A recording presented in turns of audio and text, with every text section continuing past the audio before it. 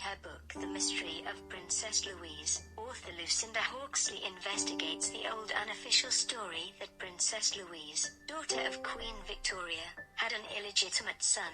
The story began in 1866, more than 4 years after the death of Prince Albert, husband of Queen Victoria. Lieutenant Walter George Sterling, a serving officer with the Horse Artillery, is assigned to the royal household as tutor to Prince Leopold, the 8th child of Victoria and Albert, who at the time was 13 years old.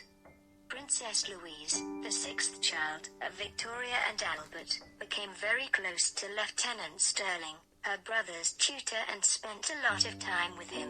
At that time she was 18 years old. Just 4 months after beginning his work in the court, Lieutenant Sterling was suddenly fired.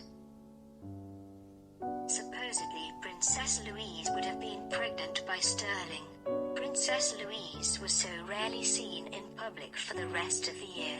At the beginning of the year 1867, Frederick Locock, one of the children of Victoria's obstetrician, Sir Charles Locock, suddenly moved to a subsidized apartment by Crown Estate near St. James's Palace and abruptly married his fiancée 6 weeks after the death of his mother, despite convention at the time stipulating that he should have waited a year after her death, and in December the couple adopted an infant boy they named Henry. The baby did not have a birth certificate. Henry's adoptive parents began receiving a substantial and mysterious allowance. And many years later, in 1907, when Henry died, while his alleged mother, Princess Louise, was still alive, an even more mysterious trust fund of £60,000 was established for his widow and children. Obviously, it is presumed that the Queen's obstetrician, Charles Locock, assisted in the delivery of the princess's child, and then asked his son and daughter-in-law to adopt the child in exchange for generous financial compensation, all for the wishes of the Queen. Lieutenant Sterling, presumed father of the child, was generously remunerated by the royal household with a position, royal groom, and a pension, supposedly to buy his silence.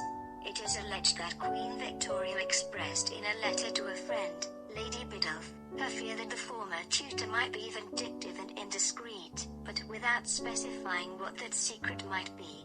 Later that same year another brother of Princess Louise, Prince Arthur, wrote to her a letter apologizing for having brought up the secret with her, and vowing that he would not repeat it to anyone else.